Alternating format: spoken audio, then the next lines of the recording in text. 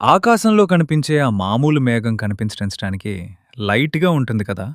కానీ నిజానికి దాని బరువు ఎంతంటే సుమారు 10,00,000 టన్నులు. అంటే వేల ఏనుగుల బరువు ఒకే మేఘంలో ఉందన్నమాట. మనకు రోజు 24 గంటలనిపిస్తుంది కదా! కానీ చిన్న ట్విస్టుంది. భూమి తిరుగుడు ప్రతి శతాబ్దానికి 1.8 సెకండ్లు నెమ్మదిస్తోంది. అంటే చాలా సంవత్సరాల తర్వాత రోజు 25 గంటలు కావచ్చు. అరటిపండు తింటే హెల్దీ అని అందరూ చెప్తారు గదా! కానీ ఒక ఫన్నీ నిజం ఉంది. అరటిపండ్లు స్వల్పంగా రేడియో యాక్టివ్.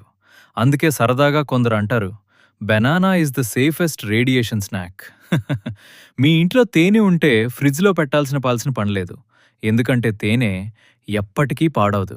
వేల సంవత్సరాల పాత తేనె కూడా ఇంకా తినడానికి సేఫ్ అని కనుగొన్నారు. చెస్ ఆట చాలా స్మార్ట్ గేమ్ కదా! కానీ తెలుసా, ఈ గేమ్ మొదటగా భారత్‌లో పుట్టింది. అప్పుడు దీనిని చతురంగ అని పిలిచేవారు. రంగా అని పిలిచేవారు. మీరు కూర్చొని ఏమీ చేయకుండా ఉన్నా కూడా మీ మెదడు మాత్రం ఫుల్ బిజీ. రోజుకు సుమారు 400-500 వరకు క్యాలరీలు ఖర్చు చేస్తుంది. అంటే ఆలోచించటం కూడా ఒక వర్కౌట్ అన్నమాట. ఇది కొంచెం మైండ్ బ్లోయింగ్ ఫ్యాక్ట్. కొన్ని పరిస్థితుల్లో వేడి నీరు చల్లని నీటి కంటే త్వరగా గడ్డకడుతుంది. దీనిని ఇంపెంబా ఎఫెక్ట్ అంటారు. మనకు ఆక్సిజన్ చెట్లిస్తాయనుకుంటాం కదా, కానీ నిజానికి ప్రపంచ ఆక్సిజన్లో 50% కంటే ఎక్కువ సముద్రాల నుంచే వస్తుంది. Thanks to tiny ocean plants. మీరు జీపీఎస్ వాడతారు కదా, కానీ చాలా జంతువులకు జీపీఎస్ అవసరం లేదు.